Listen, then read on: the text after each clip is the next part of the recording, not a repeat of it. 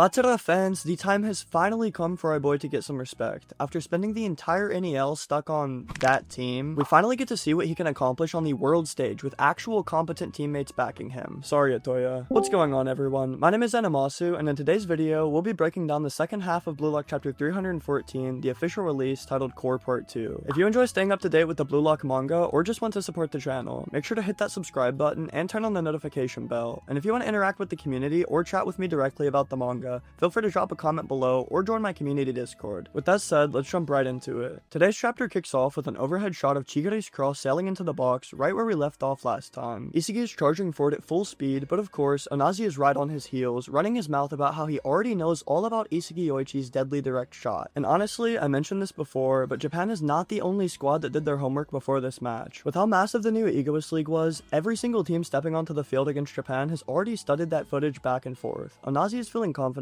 though, trying to act like he's got it all covered by just being there, but things are not that sweet. He attempts to drop his signature catchphrase again, but Isagi looks back at him with metavision and just cuts him off cold. He literally mocks him by finishing that line for him, asking if he really doesn't have anything else up his sleeve. At this point, let me know if y'all want me to make a video ranking the most embarrassing moments in Blue Lock, because at this rate, Isagi could solo that entire list with just the way he keeps clowning on his opponents. As the ball finally reaches Isagi, he instantly decides to flick it up and behind him for a pass. I kinda wish we got a full-on back heel or even another callback to that shot he hit on a Tujirin when bro literally just said, got him. Those who didn't watch the dub are hella confused right now. As tragic as it is though, no twin gun volley this week everyone, just sad times. As the ball floats through the air, puzzle pieces start radiating around Isagi as he flat out tells Onazi that he already sees through him. He's figured out that Onazi's main weapon is his non-stop mobility, something he uses to cover for his team on both offense and defense. Pair that with his physical specs, his trapping ability, and his shot, and you basically get a guy who can run wild across the field and keep Nigeria's momentum alive.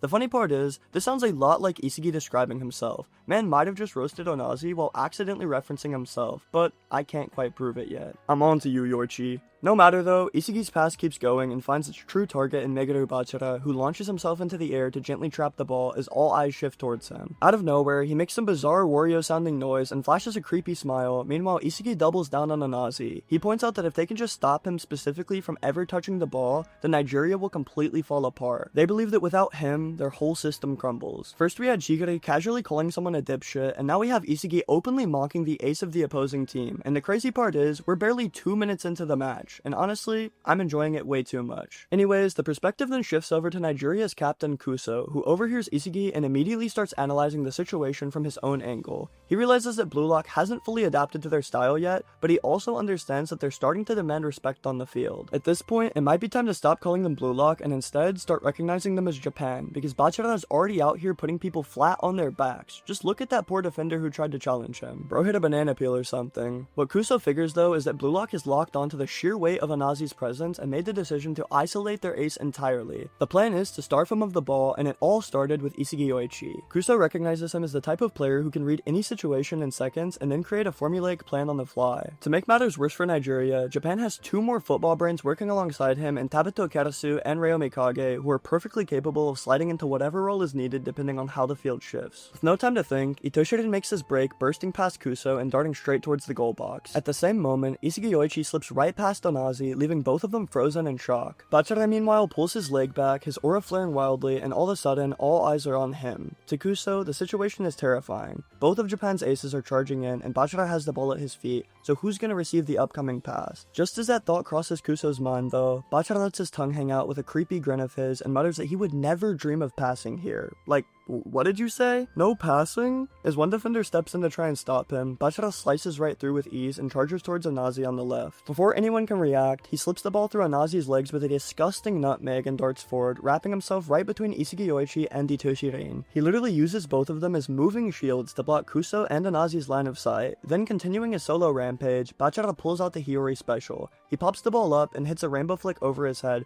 glaring it down as he continues forward. At this point, BACHIRA is moving like prime Neymar, chaining together absurd skill moves like it's nothing. And honestly, we might need to calm it down a bit, because if this is what we're getting in the early stages, the literal groups, how in the world are later matches supposed to top this? Now the craziest part is BACHIRA's not even done yet. Right after pulling off a rainbow flick, Meguru BACHIRA launches himself into the air and rips a shot straight through the defender above his legs. At this point, he's basically out there playing rematch, farming clips on the world stage like it's nothing. The keeper dives desperately across the goal, but before he he can even reach it, Kuso has to do a bit of glazing. He says that with nothing more than an ad-lib play, BACHIRA has shredded the entire defense off a last-second pass. Kuso realizes in that moment that this isn't just a typical football team anymore, but rather a squad that fuses pure egoism with ruthless strategic coordination. This was truly our blue lock. Jokes aside, BACHIRA's shot pierces the top net with backspin as the goalkeeper flails helplessly onto the floor. I guess the NEL footage was not fresh enough for them because according to Kuso, blue lock has been reborn once again with Isagi Yoichi at their core. They could have also reviewed the U20 Japan's earlier exhibition match against blue lock, but honestly, they shouldn't be surprised by this level of play at all. Now for some reason, I've been seeing people complain that this goal was boring or underwhelming, and I just don't get it. I was personally hyped and genuinely surprised by it, especially since most people, including myself, expected either Isagi Yoichi, Itoshi Rin, or Reo Mikage to score the opening goal. Unpredictability in the story is a good thing, and seriously, how can you call this bland or boring? And Nutmeg straight into a rainbow flick volley is not something slight, even in the Blue Lock universe. Either way, the chapter wraps up with Isagi grinning wide at his assist, telling the monster that a shot wasn't too bad. BACHIRA on the other hand is absolutely freaked out today for some reason, as he smiles back while saying that he's going to scatter his ego all over the field. What the fuck? At this point, someone needs to take him and Shiro Ryuze and lock them in solitary, because what the hell did he mean by that? On a real note though, it is really nice to see BACHIRA and Isagi once again working together, as it's been years now since we've seen the dynamic duo. The reason they're so strong is they act as individual players with fully competent abilities, but at the end of the day, if needed, they fully understand and can utilize one another's skills. I'm talking to the Nagi fans, I'm talking to the Reo fans, all that you need for a good duo is competent communication. Unless you're trying to get a girlfriend, then that shit's like Tetris, bro. Anyways, that's exactly why Isagi entrusted this final run to the GOAT himself, and just look how that turned out. It's green! Anyways, with that being the final page of chapter 314 part 2, we'll finally be moving on to chapter 315 next week, titled What's That? It is kind of crazy, we've been on the same damn chapter for what, 3 to 4 weeks right now, and I'm not complaining because Nomura and Kaneshiro need time to heal and all that, but just saying, it is kind of wicked. The Blue Lock chapter 315 leaks should drop sometime around the 24th at 11 PM Central Time, while the official release will come as usual next Tuesday, the 26th. There's not really much to go on from the title, but hopefully it will feature BACHIRA's celebration, an analysis of the goal from both sides, and then the match resuming to conclude it. And Kuso getting metavision. I genuinely want to see BACHIRA pull Isagi to the side and force him to hit a little dance with him for celebration, because so far, Kaiser has the best celly so far in Blue Lock, and we've seen too many aura farming celebrations. I want to see something goofy. I want to see something crazy like an El Clasico celebration with the jersey off, some TikTok dances like Lamine Yamal and Lewandowski, just anything related to IRL ball. No matter the case, make sure to comment below what you thought about today's chapter as a whole, BACHIRA's goal, and what you expect for next week. To wrap up today's video, you know I gotta remind you all to check that you've subscribed to the channel and turned on notifications so you don't miss anything. Also, I have a Discord, so be sure to check that out too. Stay on the lookout for a variety video dropping this upcoming Thursday, and as always, have a wonderful day.